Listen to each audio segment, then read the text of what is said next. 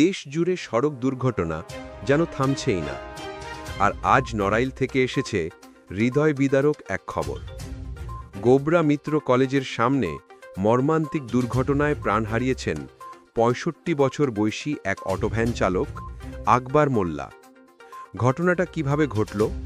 Truck কি অতিরিক্ত গতিতে ছিল নাকি অন্য কোনো কারণ? চলুন পুরো ঘটনা জানি। সোমবার বিকেল যশোরের নোয়াপাড়া থেকে একটি ট্রাক নড়াইল শহরের দিকে আসছিল। একই সময় জীবনের শেষ দিনের মতো শান্তভাবেই নিজের অটোভ্যান নিয়ে মূল সড়কে উঠছিলেন আকবর মোল্লা, যিনি বয়সের ভারেও দিনমজুরির ভ্যানে চলতেন জীবিকা নির্বাহের জন্য। কিন্তু ঠিক সেই মুহূর্তেই ঘটে যায় অঘটন। গোবরা মিত্র কলেজের সামনে পৌঁছতেই ট্রাকটি আস্তে নয়, জোরে ধাক্কা দেয় অটোভ্যানে।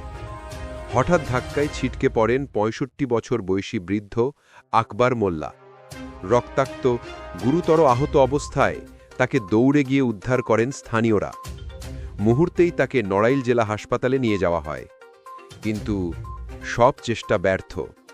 জরুরি বিভাগের চিকিৎসক পরীক্ষা করে জানান তিনি আর নেই। নড়াইল সদর থানার ওসি সাজেদুল ইসলাম জানান, দুর্ঘটনার খবর পেয়ে হাসপাতালে পুলিশ পাঠানো হয়েছে, আইনগত ব্যবস্থা চলছে।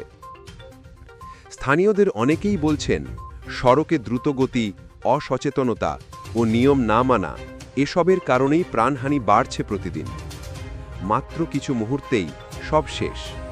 একজন বাবা, একজন স্বামী, একজন পরিশ্রমী মানুষের জীবন থেমে গেল হঠাৎ। যেখানে দিনের শেষে বাড়ি ফেরার কথা ছিল, সেখানেই ফিরল লাশ। এক পরিবারের স্বপ্ন মিশে গেল শোকে। দেশ জুড়ে এভাবে মানুষের প্রাণ হারানো কখন থামবে? আপনার মতামত কমেন্টে লিখে জানান।